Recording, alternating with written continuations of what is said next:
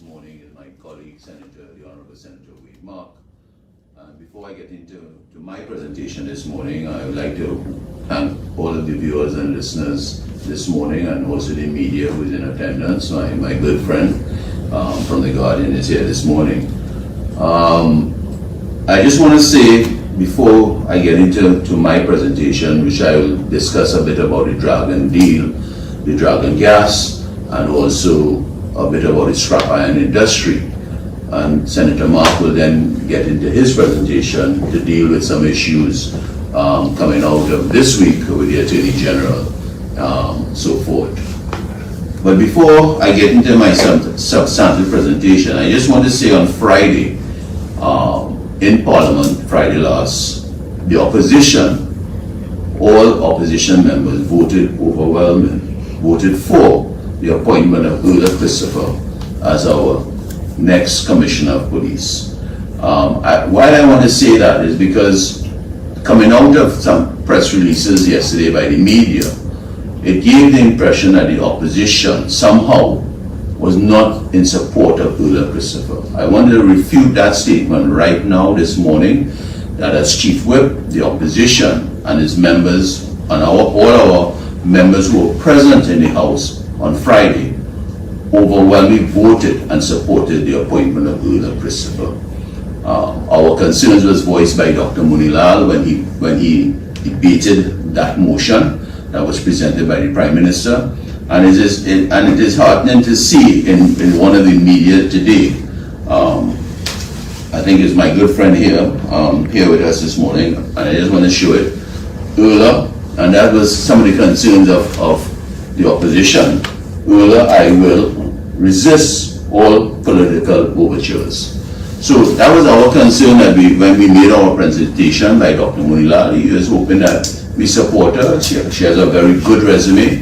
And we also hope, back then on Friday, that she will not cave in to any political overtures. And it's heartening to see in the Sunday Guardian this morning, the front page, Ulla Christopher, the new Commissioner of Police, is also stating that in her interview that is in the papers there today.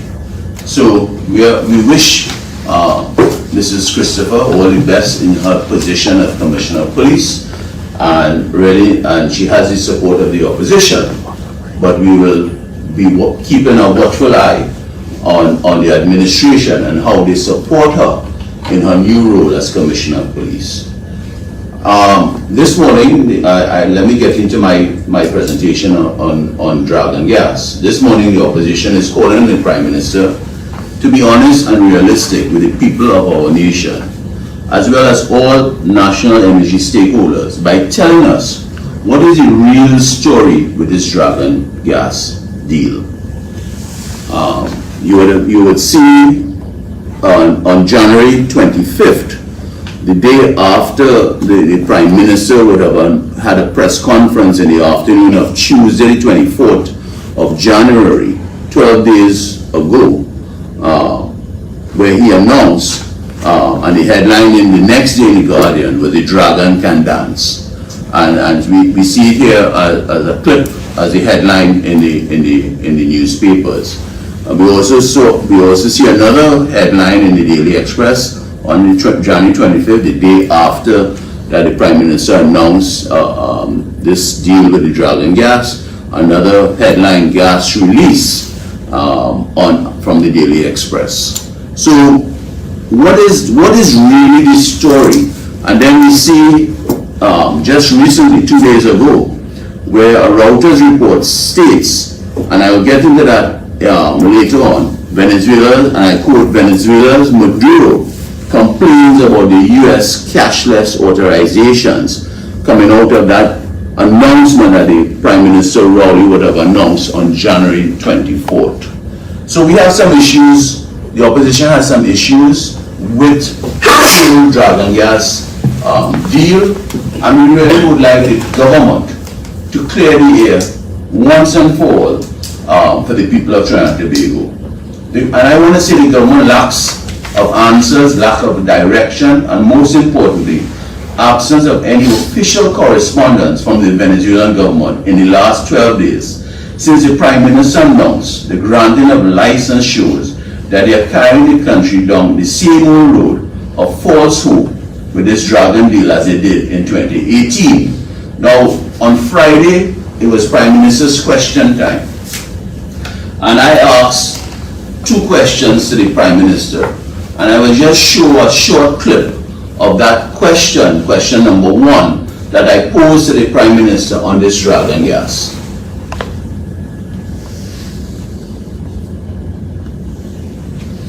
The Honorable Prime Minister, given the United States of America has granted a 2-year license for the development of the Dragon field, will the Prime Minister give an estimated timeline of how long the project will take to achieve first gas supply, inclusive of all necessary approvals, infrastructure development and investment requirements? Prime Minister. Thank you very much, Madam Speaker. Madam Speaker, on the occasion of this very important development for the people of Trinidad and Tobago, I spoke publicly at length on this matter, indicating where we were. And persons familiar with the oil industry, the gas industry, the energy business in Trinidad and Tobago will know that when I said that we have to wait for the developments from the operator, in this case Shell, to give us these details now that we are able to proceed in some way. And even before we get here, Madam Speaker, I did indicate that there are some significant negotiations to take place. So the member asking about first gas is really mischievous. We're not anywhere near talking about first gas, Madam Speaker. The member knows that. But having said that, this is a waste of time and nothing good will come out of it. This question is in that mode. I'm afraid, Madam Speaker, I have no new information to add other than what I gave on the day when I made that statement. Okay, so you heard the question I posed to the Prime Minister on Friday last, and you heard his response to my question posed. And the Prime Minister is saying that the member for Point of View is mischievous in asking that question. Now I want to ask the Prime Minister, who supposed to ask and hold the government accountable? It is the role of the opposition to hold this government accountable. The Prime Minister makes a statement on January 24th. He puts out a statement on this dragon gas renewal, or it comes back into the picture. The Prime Minister mentioned that the US government only gave him and his government administration a 2-year license. He had asked for 10 years, he only got 2 years in the first instance. Who's supposed to ask the questions, if not the opposition? Who? Because the opposition has to hold this government accountable. No one seems to want to hold Prime Minister Rowley accountable. The media doesn't do it. With all respect to the media, they don't ask the hard questions to Prime Minister Rowley. You know, and you have seen over the last few years, all our independent institutions are collapsing. And so we as the opposition have to ask the hard questions to Prime Minister Rowley. So I asked the question, and I want to ask another question. Why did Prime Minister Rowley on January 24th in the afternoon around 5 p.m. release or did a press conference stating about this dragon gas license, and given the country hope that somehow this dragon gas will come the next day? And that is why I asked the question, when will the country see first gas? Meaning, when will the country of Trinidad and Tobago get gas via this dragon pipeline? To put it in a simple way. And you heard the answer from Dr. Rowley, Prime Minister Rowley, that I am being mischievous in asking a simple question, when will the country get gas from the dragon deal? And Prime Minister Rowley could not answer my question, right? He said it was foolish. We didn't do a press release, and I asked the question at the same time when on January 24th, what was happening in the country on January 24th? On Tuesday, January 24th. What was happening in that first 3 days from Monday to Wednesday was the energy conference being held at the Hyatt. And I feel, the opposition feels, that there's nothing going on in this energy sector. The government of Trinidad and Tobago, under the Prime Minister Rowley, has decimated our energy sector. And they, on that afternoon of Tuesday, January 24th, he came to give some sort of change the discussion within the energy sector, to give some information that something is happening between Trinidad and Tobago and Venezuela, and it will also help our CARICOM brothers and sisters. And it's interesting that Prime Minister Rowley mentioned the word CARICOM, because there were some reports that came out a few days ago that the Minister of Energy didn't know anything about this so-called deal or the potential of getting gas for Jamaica via this dragon gas regime. So that even within our CARICOM brothers and sisters, I am sure they might not be aware of what is really happening in this deal. And I ask the question again, why, if Prime Minister Rowley was unsure of this, the whole working of this deal, why did he have to announce it so quickly? And there's an article in one of the papers today, and I want to really quote it. And I am quoting from Mariano Brown headlines, "Counting your dragons before they hatch." And there's a whole saying, "Counting your chickens before they hatch," Senator Mark. And I am asking, the opposition is asking, did Prime Minister Rowley prematurely came out with this dragon gas information prematurely without really doing his homework? Because from what we understand and what is out there in the international world is that even the Venezuelan government, President Maduro, doesn't really agree with what is happening with this dragon gas deal. And I want to show, we have a little clip, an article put out by Reuters, not any media in Trinidad and Tobago, not the opposition media, but by President Maduro via Reuters. I mean, the headline says, Venezuela, Maduro complains about the cashless authorization. On 2nd of February 2023, and I want to read the article, Venezuelan President Nicolas Maduro on Thursday lashed out at the US licenses barring companies doing business with sanctioned Venezuela state firms from paying cash to his administration. I wouldn't read out the entire thing, but I want to get down to a part in this release. Maduro criticized, and I quote, the US Treasury Office of the Foreign Assets Control, which issued the licenses, and said it tries to dictate how to do business with Venezuela to state and private companies. And I want to read a quote by President Maduro, and I quote, "It is a joke to sovereign countries. I call sovereign countries and governments in America and the Caribbean to renounce this colonial model. We do not accept it and will go on our way," he said, end of quote. All right, so that when you read that quote, and in my question, I think in one of the supplemental questions in Parliament on Friday, Prime Minister Rowley gave the impression that President Maduro never had any issue or made any release on this new gas deal between Trinidad and Venezuela.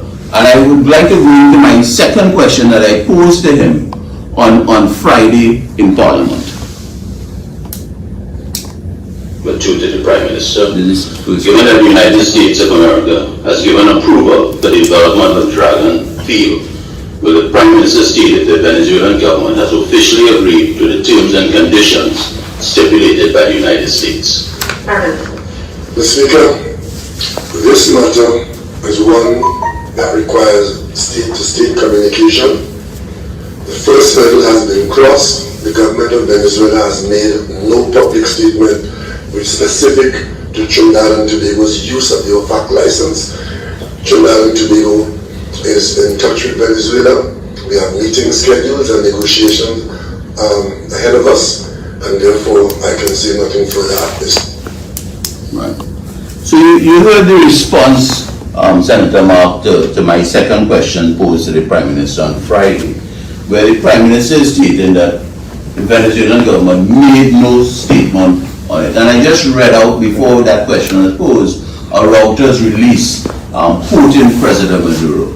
Now, we understand, and if you listen to Prime Minister Rowley in this way, that they propose now to go to Venezuela and work out some deal with the Venezuelan government. And that is why I'm asking, like Mariano Brown, counting the dragons before they hatch. And you would have thought that all these negotiations, Senator Mark, would have taken place before the announcement on January 24th by the Prime Minister Rowley. One would have thought that you would have gone to Venezuela and say, look, President Maduro, the US government has given us a 2-year license. We asked for 10, they only granted us 2. And they told us, we can't pay you in cash.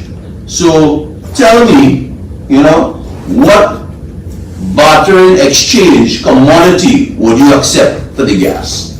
Now, you would have thought, and I'm trying to simplify things here this morning, Senator Mark, and one would have thought that basic negotiations would have taken place before Prime Minister Rowley went out in the public to give hope to this country. And I want to quote him in his release on January 24th, when he said, happy days are ahead for the country and our CARICOM brothers, right? So that was a part of his release, Senator Mark. So, now you see, I understand, I saw the Minister of Energy hopefully was supposed to be going to Venezuela sometime this week coming to negotiate what? We don't know. Is it another public relations stunt that he's going over in Venezuela to give the impression that some negotiation now is taking place after the horse has been bolted out of the stable, right? And they're now trying to close the stable because really and truly, I agree, maybe the Prime Minister in rethinking, he was premature in coming out with that release back then on January 24th. Because since then to now, there are so many questions to be asked. And if you listen to his response to my question number 1 in Parliament, the Prime Minister talked about the operators getting involved and Shell being the operator. And one has to ask, Shell is a global energy giant. We have only gotten a 2-year license regime in the first instance. Would an energy giant like Shell take the risk of putting funding into a project that is millions of dollars, that one never knows at the end of 2 years? You will not see gas because no one can tell us when we'll be getting gas through those pipelines. After you invest, would Shell invest in those pipelines and not know at the end of 2 years if the US government would renew that license?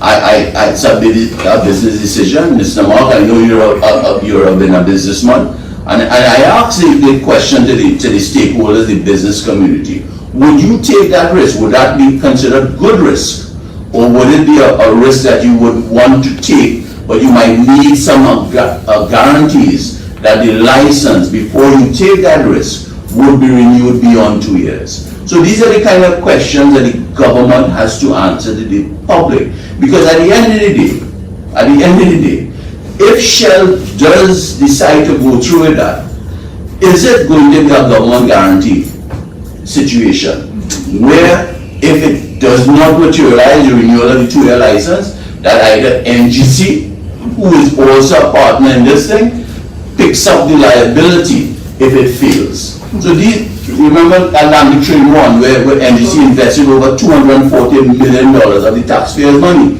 interfield Atlantic Train 1 to try and keep it going, and there's no gas for Atlantic Train 1. So we ask the question again, if the operators do decide to get into this venture, what is the exposure for the government and the taxpayers of Trinidad and Tobago, Senator Mark?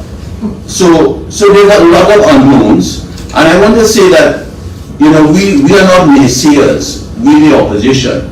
Our role is to hold them to account. We are happy, we have always said, we are happy because this dragon gas is not only under Prime Minister Rowley, it goes back that we're trying to, you know, previous governments were trying to see how we can work with the Venezuelan counterparts to assist our country. So we are hopeful, so we are not naysayers in this whole thing, Senator Mark. But again, we have to hold this government to account. There's a lot of unknowns about this dragon gas deal. They're just, the government, in our view, is just dangling another piece of carrot in front of us, because one would remember back in 2018 when this whole story about this dragon gas deal came about under Prime Minister Rowley regime. You know, they held it out to be the energy savior of getting gas from Venezuela to assist our downstream industry, and that has not materialized. And we are saying, the opposition is saying, we have strong energy companies for years in our country. Why are they not working with our energy companies, like the BPs, etc., and really incentivize those companies to go out there, give them good incentivization, like what happened under the Kamla Prasad government, where we incentivized the energy companies, and they went out there and they found new fields of gas to assist our country. And that is what we are now seeing in the last few years, the benefit of those incentives that the Kamla Prasad predecessor government did with our energy companies. So we are saying there's enough, we feel strongly that there's enough gas in our country, but they need to be incentivized. The energy company needs to be incentivized while we wait on the dragon gas deal, if that ever comes to play, right? But you must start from home, and we are saying as a strong opposition, we must incentivize our energy companies, and we are hoping, because so far under the Prime Minister Rowley's regime, administration, we have seen failures over the last 7 years whenever they did bid rounds, whether it is shallow or deep water. It has not been successful, and we feel because of the lack of proper incentivization to these energy companies. So again, we hope and we pray that I'm sure Minister Young, when he comes back from Venezuela, will come and tell you that he did a new Congolan dance with President Maduro and his team, and everything will be nice and glory for this country. But we will always hold this government in check. We respect our energy sector, Senator Mark. So those are the few things I want to add on dragon gas, but I just want to say a little bit on the scrap iron industry. The scrap iron industry, Senator Mark, impacts Point of View, and I'm the member of Parliament for Point of View. And on I think it was on the 14th of December, when we were debating the scrap iron industry bill, all right, the amendments to the scrap iron industry bill, that the Attorney General, Reginald Armour, had given an undertaking, and I want to quote from Hansard: "We have given a commitment to the population, and we intend to implement the commitment to proclaim enough of this act." This was on December 14th. "Enough of this act, to deem it operational, so that by Christmas," and Christmas to me means December 25th. Of course. "Small and medium players in the society can once more be operating their business, as Mr. Ferguson, who is the president, asked me." So when we passed that bill on December 14th, Reginald Armour, the Attorney General, had given an undertaking to the scrap iron industry that some parts of that bill would have been proclaimed and enacted, so that the workers who earn a living from that scrap iron industry can start back earning a living to feed their families. And that has not happened to date. We are now the 5th of February, and we are seeing no such issues of the scrap iron industry being opened up in whatever small ways, so that these workers who depend a living, and they do great work, environmental work for our country, that people really don't appreciate and understand that industry and what these people do. And I wasn't even aware that Point de Paix controls over 50% of that industry. So that I am pleading with the Attorney General, please keep your word and reopen the scrap iron industry so that the community, the constituents of Point de Paix can restart and earn a living to feed their families, Senator Ma. So I hope that the Attorney General, I know they listen to our press conferences every Sunday, so I really hope that he heeds our call this morning. So, ladies and gentlemen, with those few words, I think I've covered what I want to say here this morning about dragon gas and the scrap iron industry, and put the dragon gas into some perspective. So I now would like to turn over to my esteemed colleague, the Honorable Senator Wakeman. Thank you, my colleague and brother David Lee, our Chief Whip and distinguished Member of Parliament for the constituency of Point de Paix. Good morning to Trinidad and Tobago. Good morning to the media personnel who are here with us. And may I say from the outset that this matter that I'm about to address is extremely critical to Trinidad and Tobago as a nation. Ladies and gentlemen, it has been said, it has been stated in the good book, the Bible, that the wages of sin is death. I want to say from the very outset that over the last period or recent period, two cardinal sins have been committed against the people of Trinidad and Tobago. These cardinal sins were committed by no other person than the Attorney General, Reginald Amor, and his predecessor, Faris Alwari. And you know, and David would know, the reward for sins of that time is the fire of hell that you will burn in when that appointed date is reached, and you are called upon to account for your sins at the gates of hell. I would like to say very early that this book I hold in my hand is the Constitution of the Republic of Trinidad and Tobago. And I invite you to go to section 76, subsection 2 of this Constitution.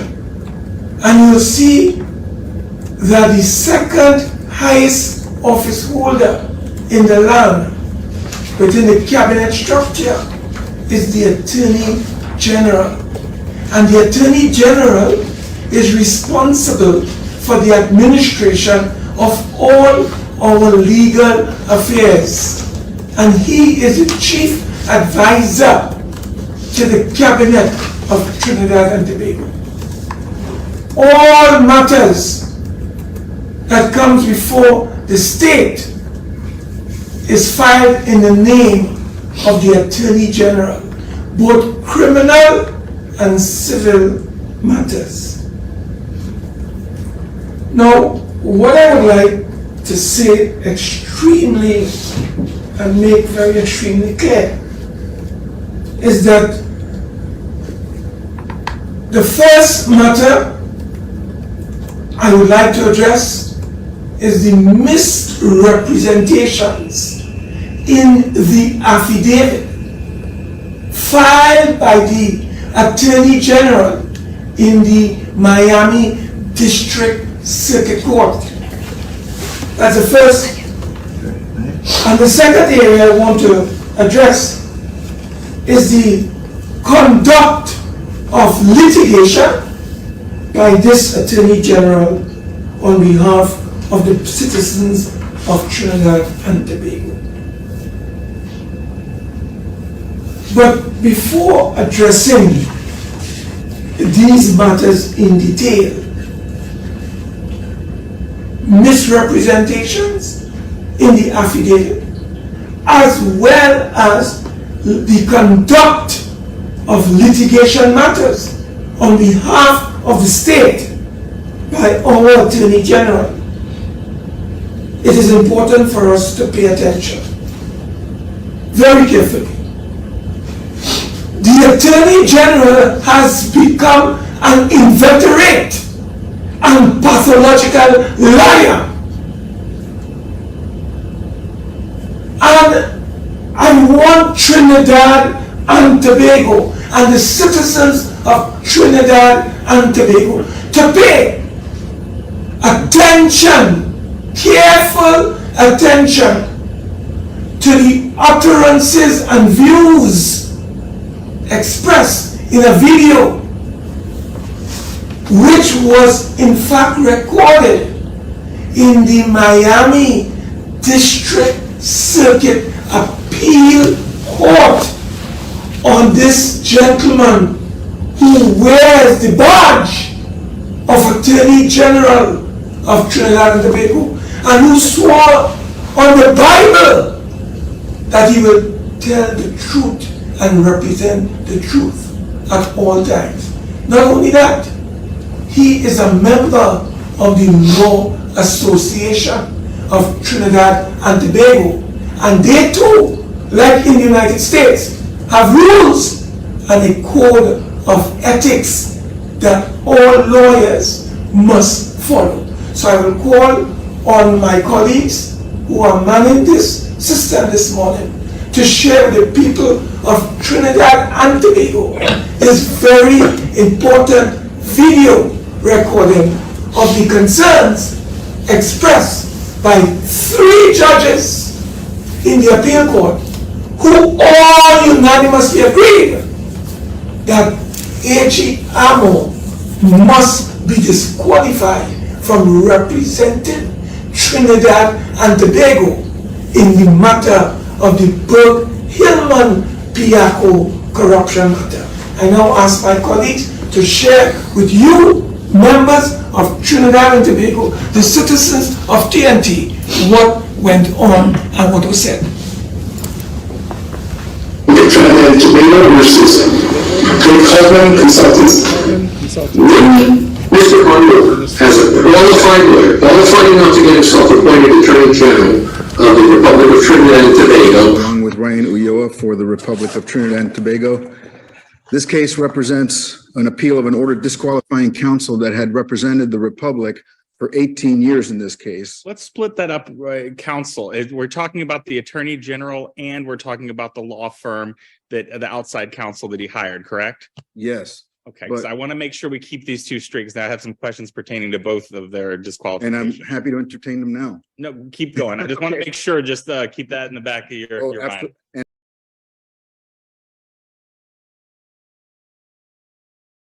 Said I represented Brian Quayton in the parallel identical civil case. They're identical. It deals with corruption at this building of this airport in the RTT. He had to say one of 2 things. One, Mr. Attorney General, you need to designate a substitute right now because we have a serious ethical problem because you have been privy to confidential conversations. Or 2, Mr. Attorney General, don't talk to anybody about this until I get back to you. I'm going to go to the library and find out what the ethics rules are. Instead, they did not do that.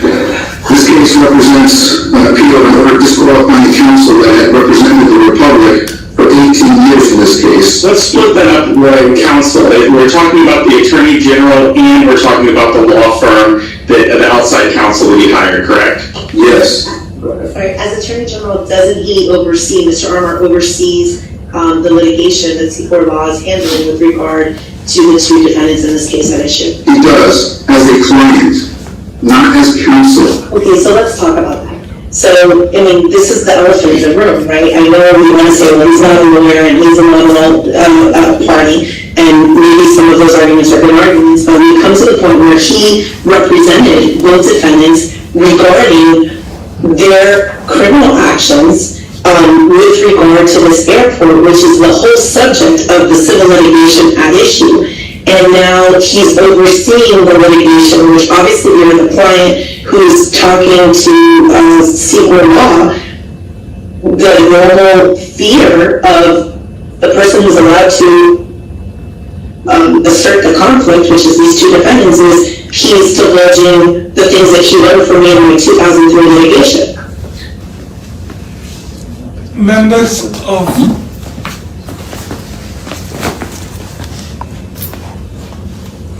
of the media, ladies and gentlemen, these were the words, these were the concerns raised at the Court of Appeal in the Miami State or in Miami. Just recently,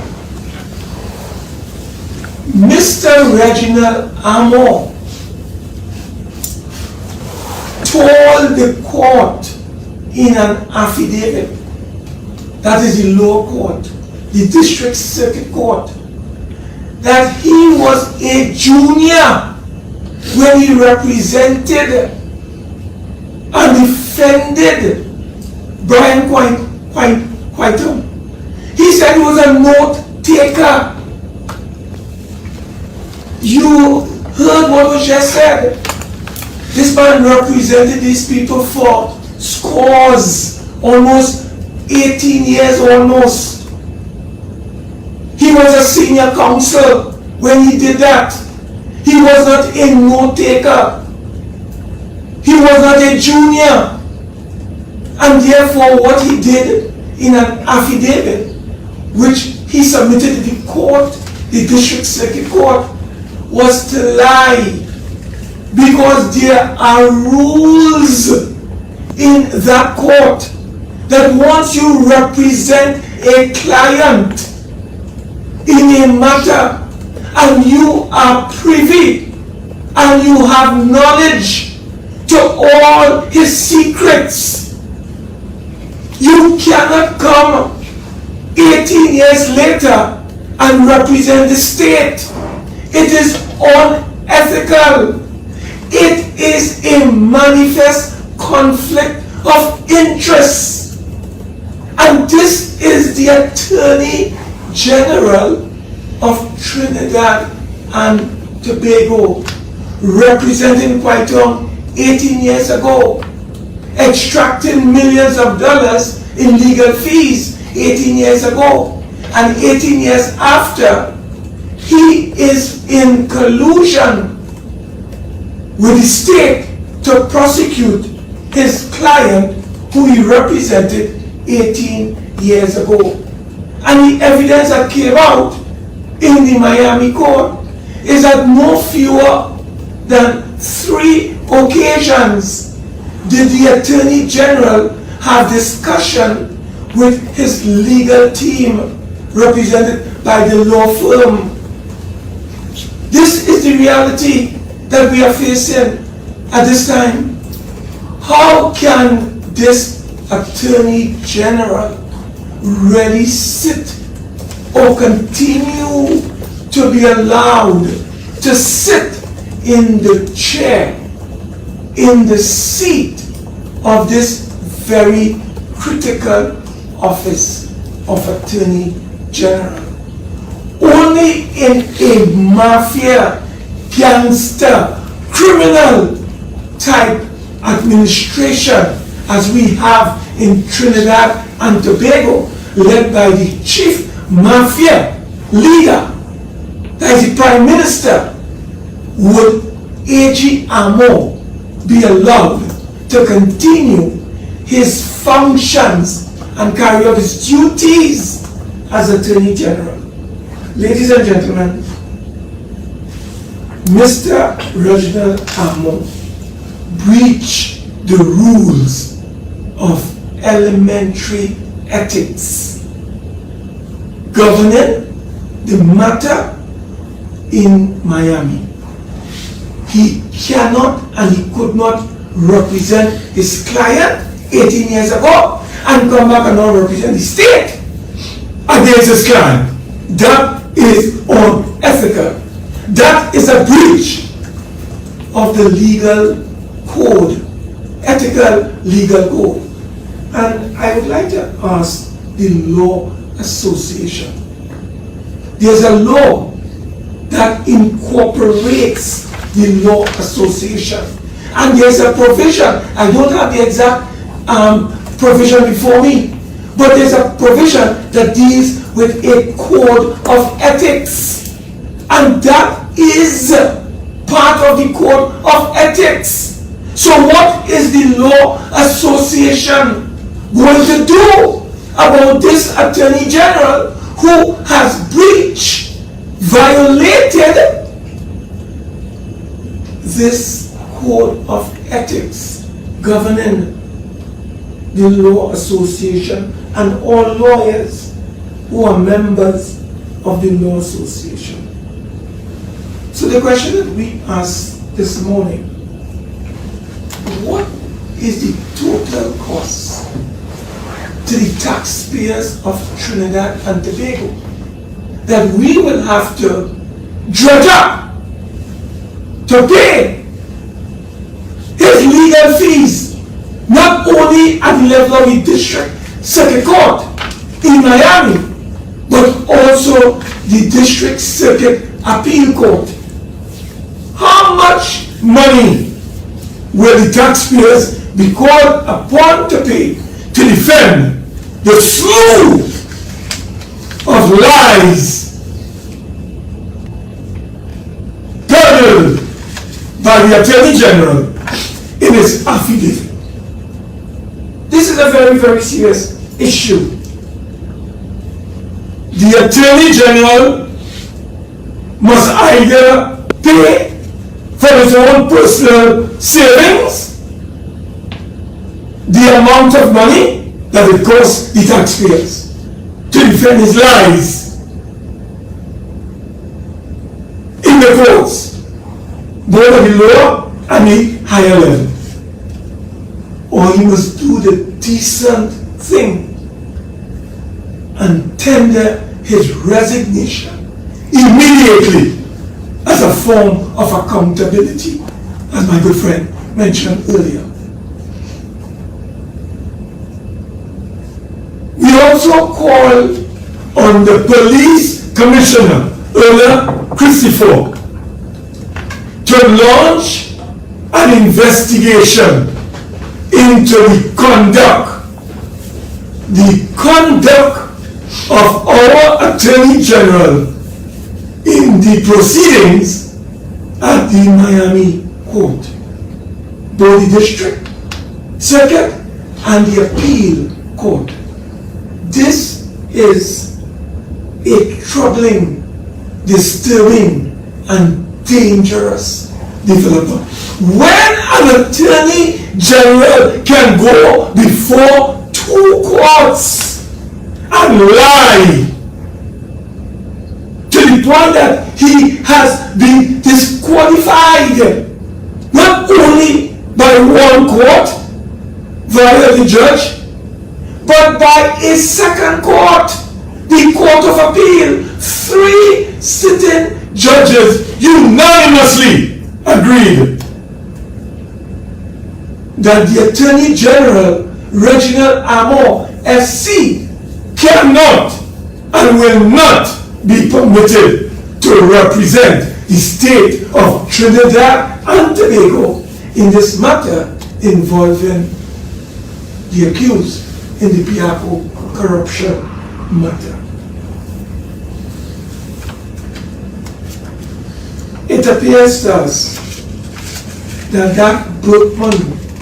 Burke-Hillman Piaco corruption case is in grave jeopardy and danger of collapsing because of the blatant, brazen misrepresentations and lies peddled by the Attorney General in this particular matter. So that is the situation that we are extremely concerned about. Ladies and gentlemen, as if the Attorney General needs to have a conversation with his leader who is familiar with bush bats. He's from a place called Lekoto, and that's a famous point in the island of Tobago that can offer our Attorney General an appropriate bush bat. He needs one, because not only did he lose not once but twice. Is the Attorney General now going to appeal to the Supreme Court of the United States of America? And if he does, who is going to foot his bill up to the Supreme Court of the United States? We ask this question. Because Reginald Abbott not paying 1 red cent from his pocket. It is you and me and the taxpayers who are being called upon to foot a bill based on a foundation of lies and misrepresentation by what I would like to describe as an inveterate and pathological liar. It is in the affidavit. Though I have not seen anything wrong, it is there. Members of the media, let's deal with the twin evil. First, deception. First, misleading. First, tomfoolery. And first, outright lies. And on the heels of these developments comes a default judgment. A default judgment. Members of the media, I don't want to burden you this morning, but I want to ask you in your spare moments, I would like you to go to what is called a recent delivered Privy Council judgment. And in that judgment, I want you to go to paragraph 50 of that judgment. And in that paragraph, the whole concept of default judgment is spoken about by the law lords. And this judgment, by the way, was handed down just on the same day, January 31st, when the judgment was handed down on the matter involving the 9 freed individuals as it relates to assessment and the final award. This judgment involving something called LOCKS, Location Limited, and Yaida Zan.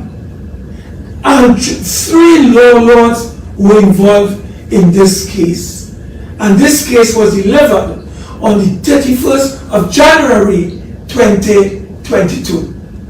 I asked 2023 rather. I asked you, right? Thank you, David. 2023. I called on the media and I can send a copy of it to you at the end of this press conference. Go to section 50 of this judgment, section 50, and you will see what the law says about the default judgment by defendants. And it's a very easy way of tying up cases, but frustrating the administration of justice and the rule of law. And they went on to state that the Privy Council is open to applications where bad decisions are made by other courts in the award of damages. This was delivered on the 31st of January 2023. Now on the 31st of January 2023, we have another judgment. A judgment delivered in our courts. In a matter, it is claimed CV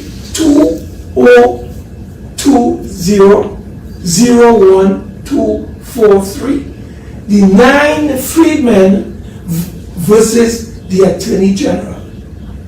And may I say, this was delivered, as I said, on the 31st of January 2023.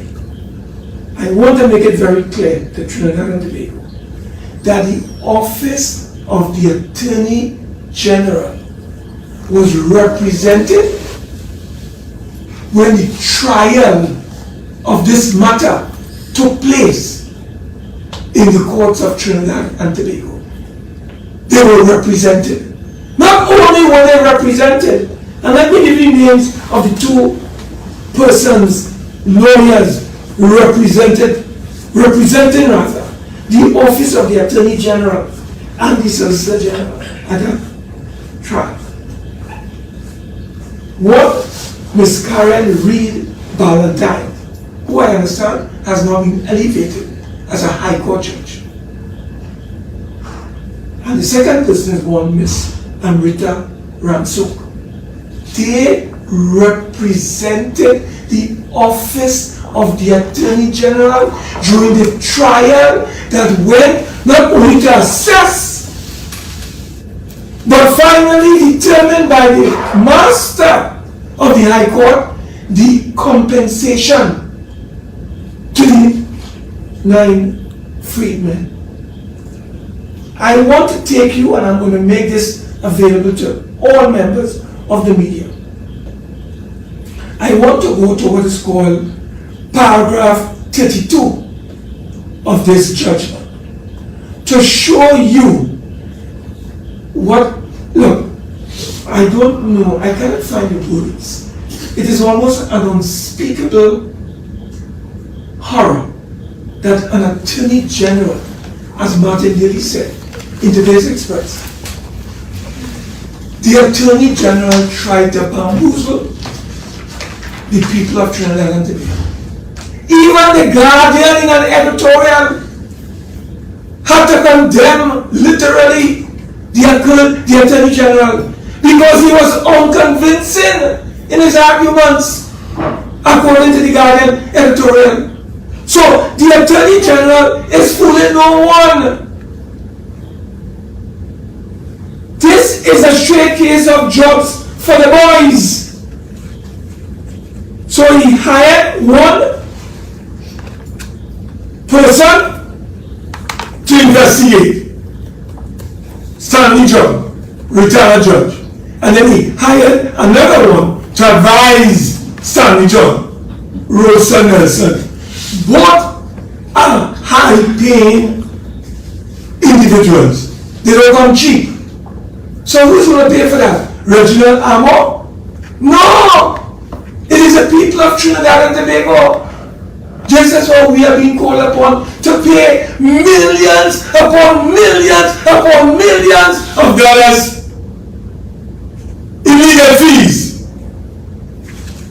to defend a slew of lies spewing from the lips of a beleaguered, discredited Attorney General Reginald Amo. Ladies and gentlemen, to debunk this Attorney General attempt to mislead and deceive the people of Trinidad and Tobago. I refer you to paragraph 32 of this judgment. You know, the claimants in this matter, their attorney put forward a figure of $3.5 million according to paragraph 32. And the attorney brought evidence, authorities to support his case why we should get $3.5 million.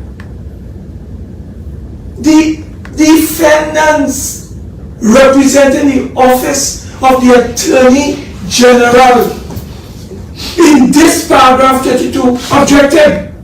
They said, no. 3.5 million is too much. You know what we are proposing on behalf of the office of the Attorney General? $1.2 million.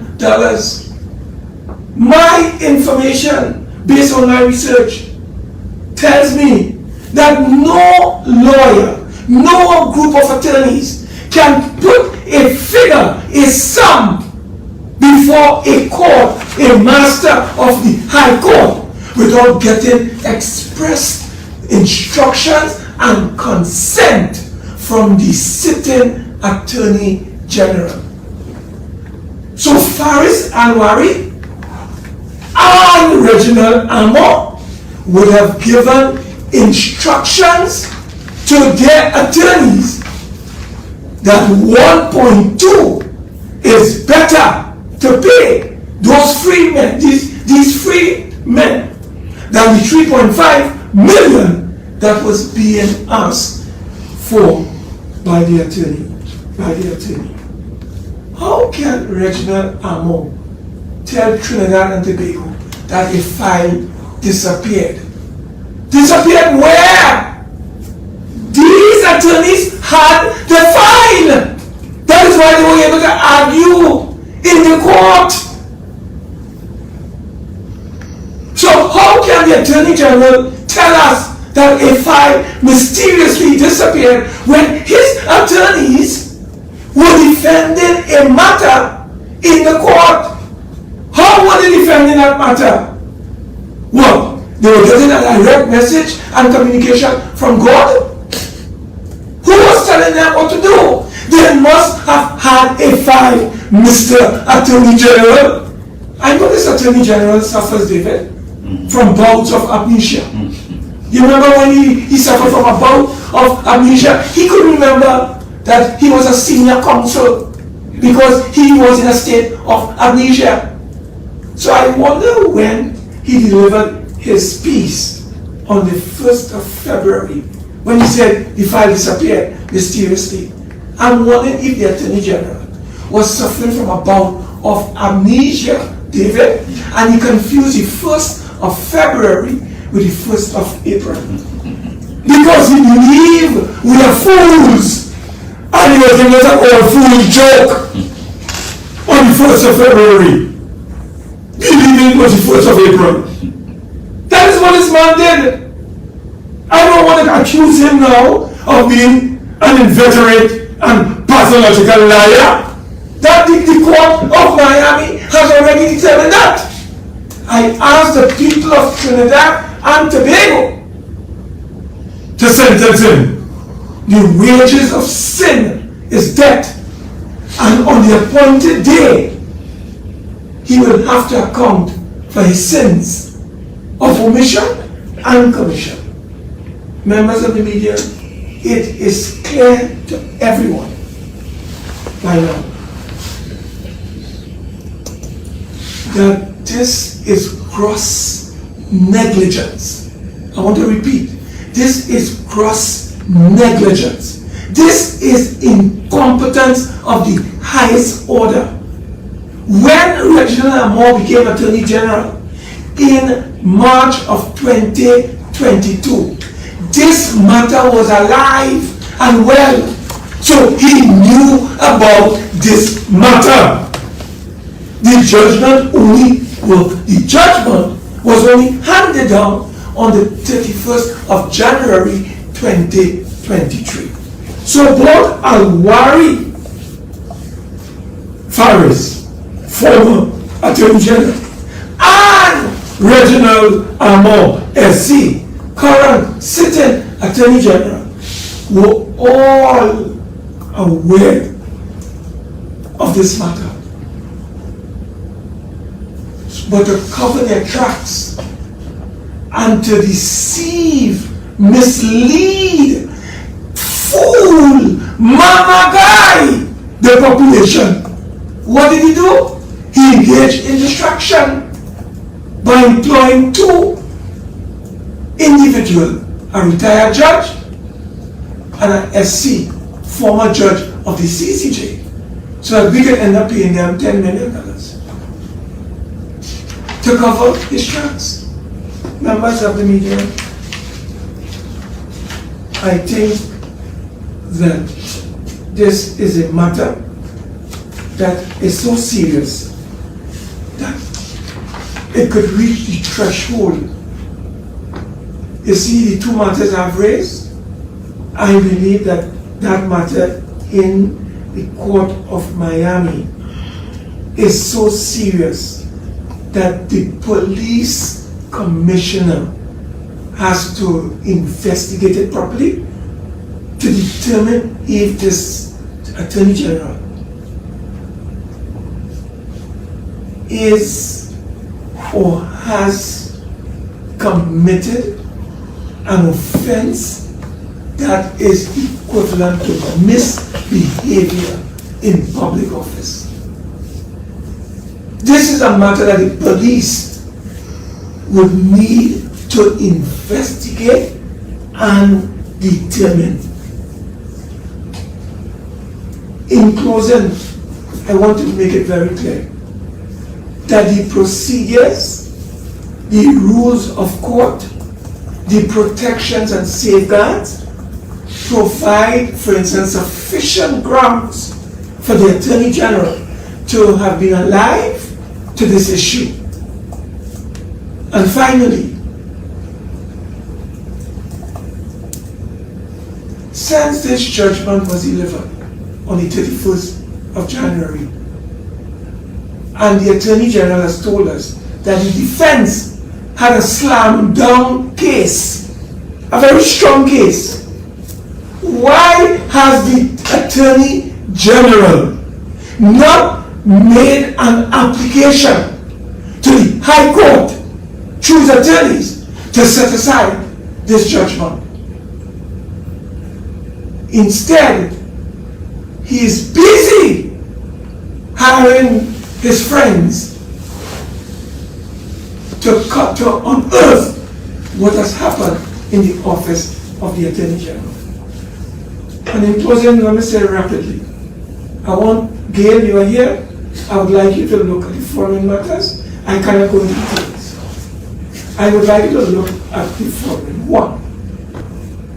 Ashton Ford, Andrea Chambers, and a fellow called Elvin Edwards out of Arima versus the Attorney General.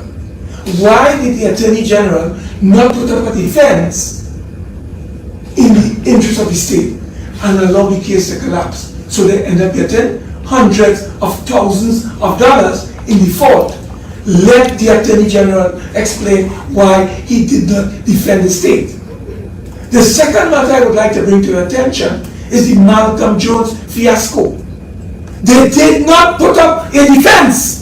They withdrew the case, and Trinidad and Tobago, up to this time, don't know the reason why. But Malcolm Jones was part of their family. So they withdraw the case by not defending the state. So the people lost in this matter. And the last one I'd like you to check for the people of this country is the fiasco involving A and B oil and drilling. Deborah Peake, senior counsel, told the government to appeal this matter. There's enough grounds and we will win. The BNM decided not to appeal, and hundreds of millions of dollars will have to be paid out of the consolidated fund to ANV. However, ONS OAS rather, OAS judgment. He appealed. He appealed.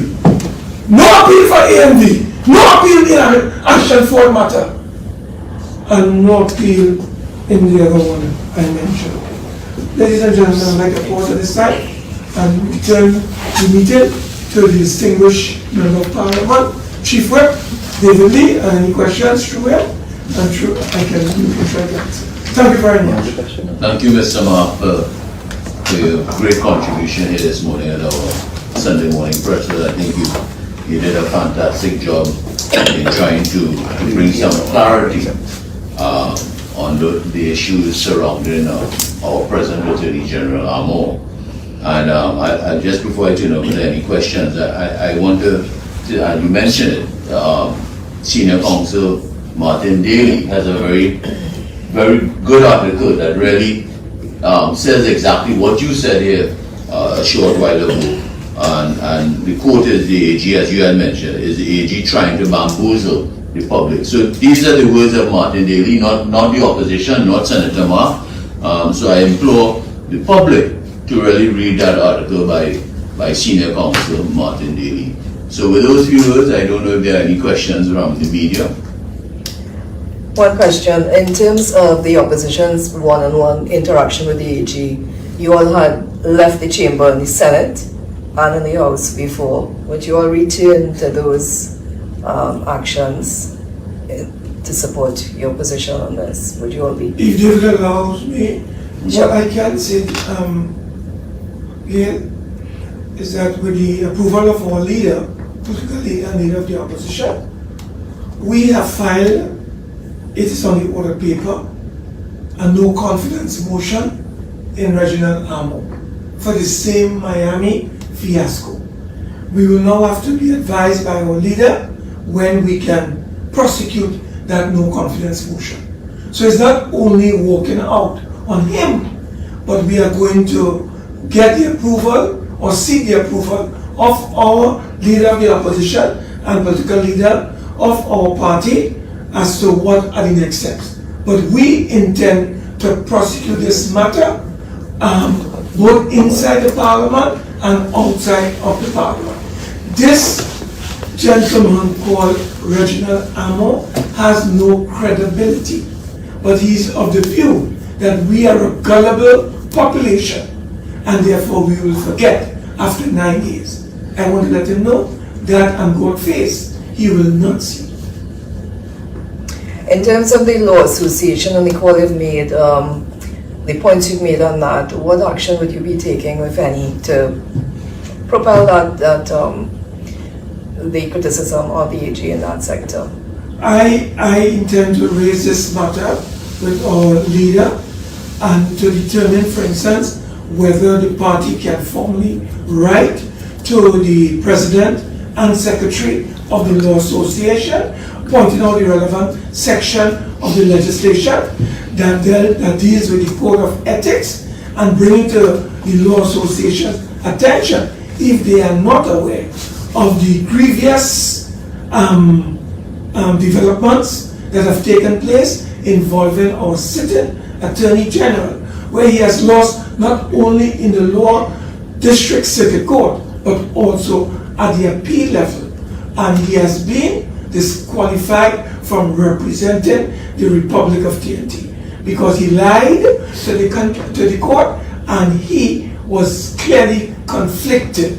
And in those circumstances, we would want to get the advice of our leader as to the next steps. So the question of writing to the law association will be considered, and we shall revert to you shortly on that particular matter. Would same apply to the police commissioner? Would this be probably her first, the first request to her? Yes, Would both you be matters. sending official correspondence to Yes. her to? Both matters I have raised here, but I need to get the clearance from the leader on it. But if I can add, Gail, it is interesting listening to Senator Mark and reading the whole issue about Amo and this whole file that went missing according to him, appointing two members from the legal fraternity. the question begs to me why the police is not involved in this whole matter of this file disappearing, where it relates to the state. What is the role of these two gentlemen as opposed to the police investigating this matter, which is a serious matter of fraud in my view, and that's a question the media should ask to the Regional or the Attorney General, why police has not been called in this matter, as opposed to wasting taxpayers' money to investigate this matter of the file disappearance, and it would fall in our view under the ambit of the police service, and why that call has not been made. So that should have been the first entry, police investigation. We believe so. If he's serious and he's a mama guy and fooling the country about the so-called mysterious disappearance. In terms of the Miami case, what would be your position on that in terms of who's going to represent the state going forward? We haven't heard any names. Mr. Arawi had been the one to do it last year following the AG's recusal. That's a matter for the government, the cabinet of Trinidad and Tobago. They are now in government. They have to defend the state. I said to you and to Trinidad and Tobago, because of the conduct of this Attorney General, this case is in danger and in jeopardy of collapsing. So the government has to take action to deal with this matter. It is so sad. It is so sad that our Attorney General, who is the chief advisor to the government on legal matters and who is the head of the administration as it relates to matters of a legal nature, both at the civil and criminal levels, is not able to represent our country because of his lies to the Miami court.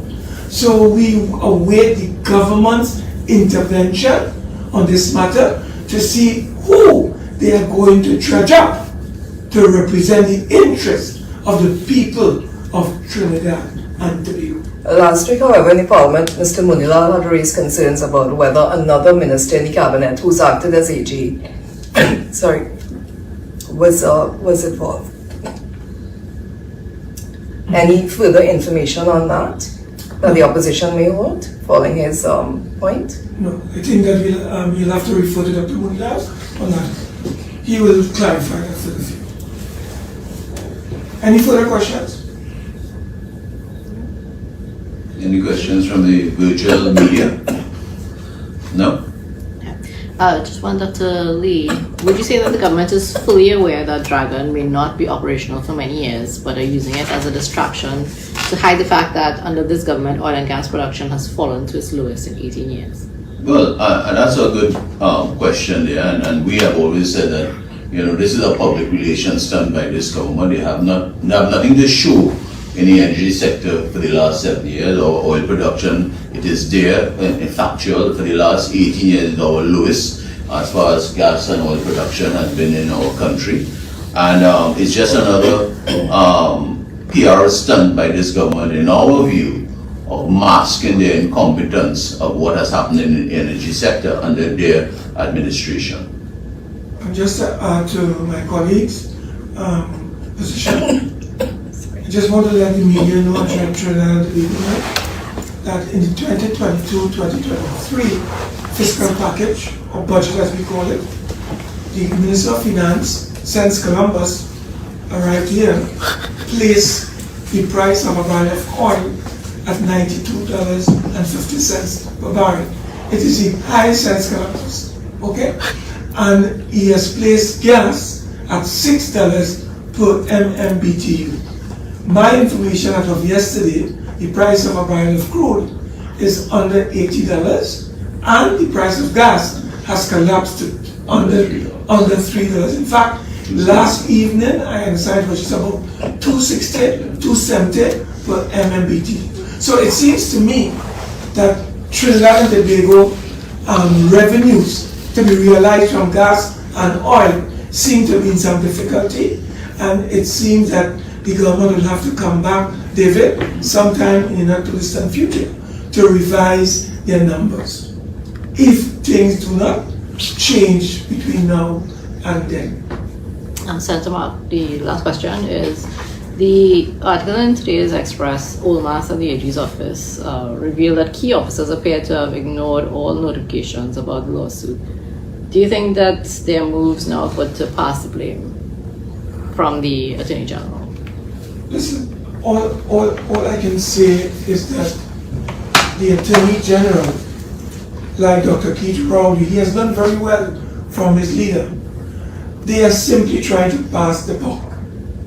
They are trying to pin the blame on others, but as you know, in the final analysis, the buck stops with the Attorney General and Minister of Legal Affairs.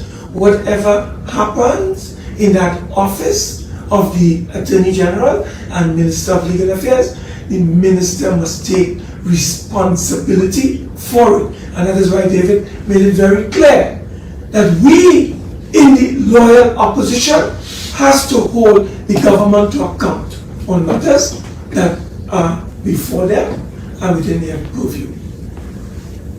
Okay, thank you to the media and the viewers this morning. Senator Mark, I want to thank you for joining me here this morning to our February 5th Sunday morning presser. But before I end, I want to inform the viewers and the listeners out there and even the media, our Monday night virtual is back in our constituency of David. It will be on Monday the 6th of February 2023, tomorrow at 7 p.m. and we'll be coming live from the Davie High School, which is the M2 Ring Road in Davie. And the featured address is by our esteemed political leader, the Honorable Kamala Prasad Desessa, MP and SC. And we have a bumper speakers of Rushton Parry, the Member of Parliament for Mayaro, Dr. Rudal Munilal, the Member of Parliament for Puch East, MP Barry Padarat from Princess Tong, and MP Dynamic Young Saddam Hussein from Baratara San Juan. So we'll be live in the community of Penal Davie tomorrow night, Davie High School, from 7 p.m. So come on down. We welcome you to come on down and enjoy and interact with our MPs and our political leader tomorrow night from Davie High School. I thank you once again.